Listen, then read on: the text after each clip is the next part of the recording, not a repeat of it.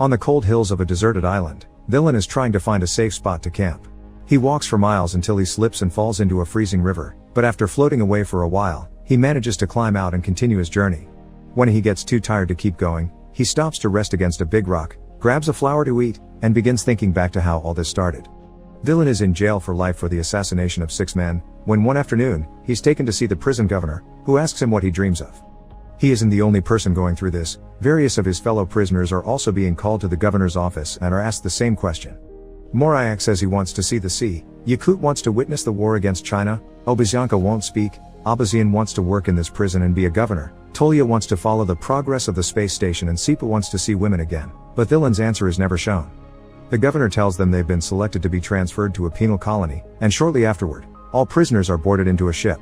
Just like in the actual prison, the prisoners are divided into groups and put into cells, although Abazyan acts like he is the boss and even kills a man to take his bed. When the hatch is finally closed and the boat takes off, the prisoners start panicking, thinking this has all been a trick to let them die at sea. As the men begin getting violent, Dylan remembers a conversation he had with Sipa back in prison. Sipa has some severe mental issues and would always draw on the wall and talk nonsense, but that day, he mentioned heaven and hell not having any seats left and a third purgatory-like place being prepared for people like them. Julien had thought it was more of his usual nonsense back then, but he's starting to see the merits of it now. After a while, everyone calms down and tries to spend the trip chit-chatting and eating, but in the middle of the journey, a gang escapes from one of the cells, looking for their compatriot. Abazyan pretends to negotiate at first only to kill the man they're looking for, causing a riot to start. Prisoners on both sides begin hitting and killing each other through the bars except for Starry, an old man that stays behind praying. The fight doesn't last long though. The guards quickly arrive and after stopping them with a warning shot, they throw a sleeping gas grenade to knock them all out. Eventually, they make it to a deserted island, where the prisoners are put into numbered handcuffs and left at the beach so they can listen to what Mr. Olafsson and Marta, the heads of the Terra Nova project, have to say. Since the death penalty has become illegal in all countries, prisons have been running out of space to hold such a large number of criminals, which is why the Russian government has offered this land to start this project, funded by some international organizations. Starting today, the prisoners are colonists living under their protection, and everything they need to survive is being provided, including food that should last 3 months. A satellite will be watching them all the time, and there also are some communication buoys around. They have the possibility to take a boat to one of them to press the red button and say what they need. If a green light appears, that means the request has been accepted. Abazyan isn't happy about the idea of being recorded 24/7, so he throws a big rock in protest, but the guards quickly make him stand back with some warning shots. Marta clarifies that the buoys can also be used to ask to leave the project by saying their name and the reason why they want to leave. If they do, they'll be returned to prison. By putting the buoys on the sea instead of on the beach, they make sure that the decision is thought twice before risking getting on a boat. Before leaving, the guards drop a bunch of keys on the sand, explaining they are numbered to match their handcuffs. The prisoners rush towards them and start fighting over them while Dylan and Sipa stay safely behind, only grabbing the keys that the others drop. Starry also decides to stay behind and watch how a gang forms a line around the keys to keep their rivals out, and a group goes to the crates the guards left to pick up some weapons and attack the crowd with them. Eventually, Ali's gang takes control of the situation. Ali gets a jacket and good shoes for himself and Starry before choosing a man to send out on the boat, but as soon as he grabs someone, the group takes the chance to attack and the fight starts again.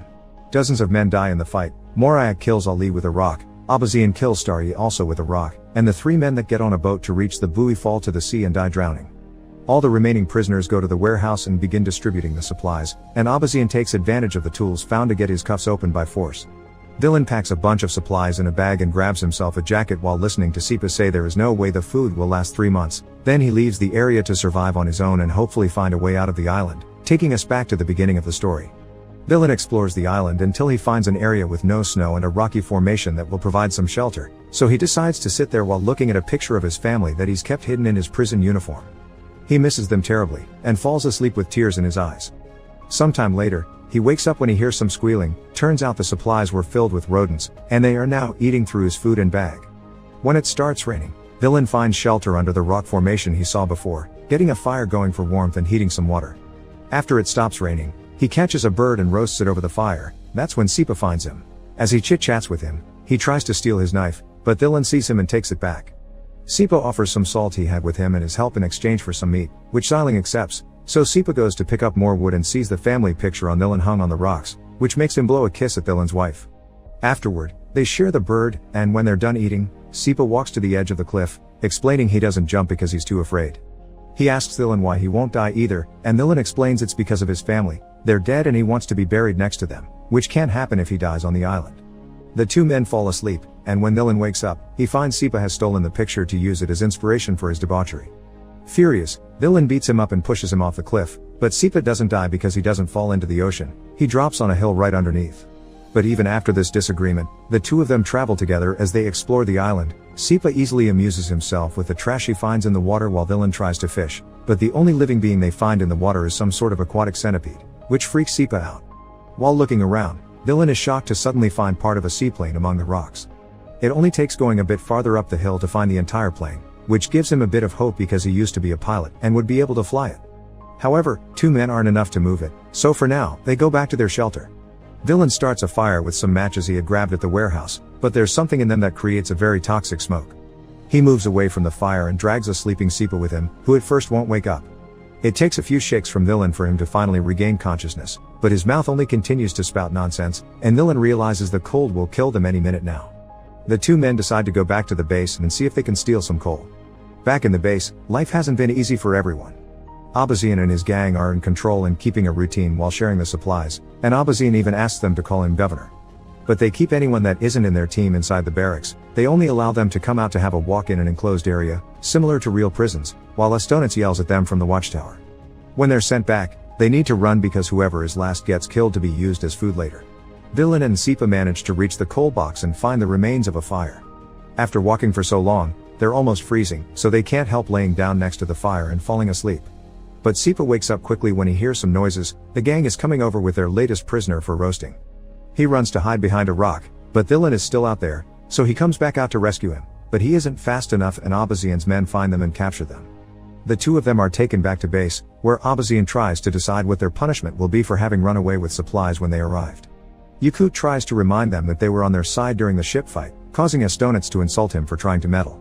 Yakut replies by hitting him, and this causes the whole gang to team up to hit him in return, earning Yakut a place in the barracks with Dylan and Sipa. They walk around for a while and when Estonitz announces it's time to return, Dylan stays behind, but Sipa comes back from him and drags him inside with him. They can only watch as the last standing man is captured and tied to a pole, begging for some water as his last wish, so Sipa takes pity on him and brings a cup to his lips before he is killed. Later, before going to sleep, the group discusses the possibility of rebelling. They're unsure because it may be dangerous, but Shram convinces them it's worth trying. The next morning, Tolya shows Abazyankat that he's installed a secret trap in his workshop to catch any potential thieves. After the group takes his daily walk, Estonitz tries to get them back inside to get the usual game going, but only two men run, the rest stand back and come together while Yakut throws a rock at Estonitz to shut him up. Dylan walks up to Abazyan and offers him a deal. If he lets them go to the buoy and ask for food, he'll tell him the location of the plane he found. Abazyan accepts and opens the gate to let them out.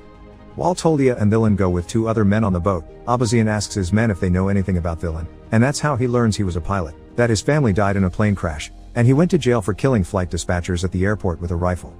This crime was classified as murder in a state of severe emotional agitation, which Abazyan thinks means Dylan has a guilty conscience.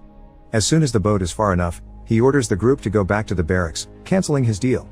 Yakut tries to confront them, but he's immediately killed, so Abazyan grabs one more man before declaring the game is on again. The group can only run back to the barracks since a fight would be a very bad idea because Abazyan's men are armed. Meanwhile at sea, one of the men falls off the boat, but they catch him just in time and drag him back up. Tolya reaches the buoy and asks for help, but it's broken, and not even his tools will help. They go back to the shore and Dylan tells Abazyan that food is on its way, but Abazyan doesn't believe him because there wasn't a green light of confirmation. Tolya reminds him of the existence of the plane, but Abazyan doesn't believe that's true either, but it inspires Obazyanka to move around with his arms open like one. Abazyan finds this distracting and grabs him by the neck, so Tolya uses the chance to come at him from behind and kill him. Two other members of his group, Amurbek and Ertsanov, kill the rest of their gang and watch Estonitz run away before they can catch him as well. They ask Dylan what to do next, and he asks them to free the men from the barracks because he swears food is coming and they just didn't see the light because it was broken. The men are skeptical about this and remind him now they have plenty of bodies to feed on later, but Tolya thinks they should be buried. Dylan reminds him about the plane as well, so Amurbek and Ertsanov finally accept. They free the prisoners and tell them they'll be waiting a few days for the food to arrive, but they won't be using each other as food anymore, so everyone needs to stay calm and cooperate. They'll also send a group to rescue the plane, which they'll put in a hangar they'll build and slowly repair it to escape later. Suddenly, Sipa interrupts their plans, claiming there's no satellite, while writing an SOS message using sand and 3 bodies. Sometime later, Estonitz returns to the base, and because of the new rules that say they need to keep the peace, they decide to ignore what he's done to them for now and share their food with him anyway. Villain guides a group of men towards the plane, and their moods greatly increase when they see he's been telling the truth. Together they take it apart for easier transport and carry the pieces back to base. Eventually, Marta arrives at the island with a bunch of guards. They use gas to keep the men away, but they do allow Villain come to talk to her and discuss the list of things they've requested. She's confused on why they're asking for gas, and he explains it's for the generators, which are supposed to be wind-powered but they don't work during the polar night. In truth, they want the gas for the plane. Villain takes the chance to ask why they didn't answer Sipa's SOS message, and Marta explains their satellite is of the infrared kind. They see heat, so they can locate people in stoves but not words.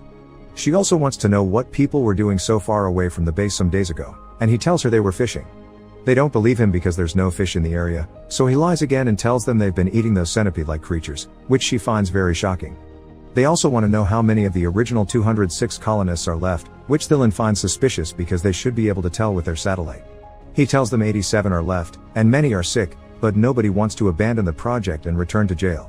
Before Villain leaves, Marta tells him he has the right to one personal request, so he gives her a few sheets of paper asking her to provide the group well. Once the guards have left the new supplies, Villain and his men try the gas in the plane hidden in the hangar and happily confirm it does work. Afterward, they watch a new group of American prisoners arrive as the guards and Marta leave the island. These prisoners have a leader too, a very large man that Villain tries to shake hands with. The man doesn't take it, in fact, he hits Villain, which triggers a fight between both sides. The encounter is brutal and nobody hesitates to go for the kill, so Sipa drags Villain with him to hide him in the workshop. One of the Americans tries to follow them, but he falls on Tolya's trap and instantly dies. Ertsanov goes up against the American leader and gets overpowered, but before he can get killed, Amorbek cuts in and kills the big man instead as the buildings around them catch on fire. All this is being watched by the heads of the project. When they realize the situation is finally out of control and that over 40% of the colony has been killed, Marta calls the central office and is told to proceed with Code Naked Island, which sends a bunch of guards to the island that shoots all the reminder prisoners while Marta burns Villain's letters. Luckily, a few men are still alive thanks to having hidden in the mountains or the hangar: Villain, Sipa, Ertsanov, and Tolya.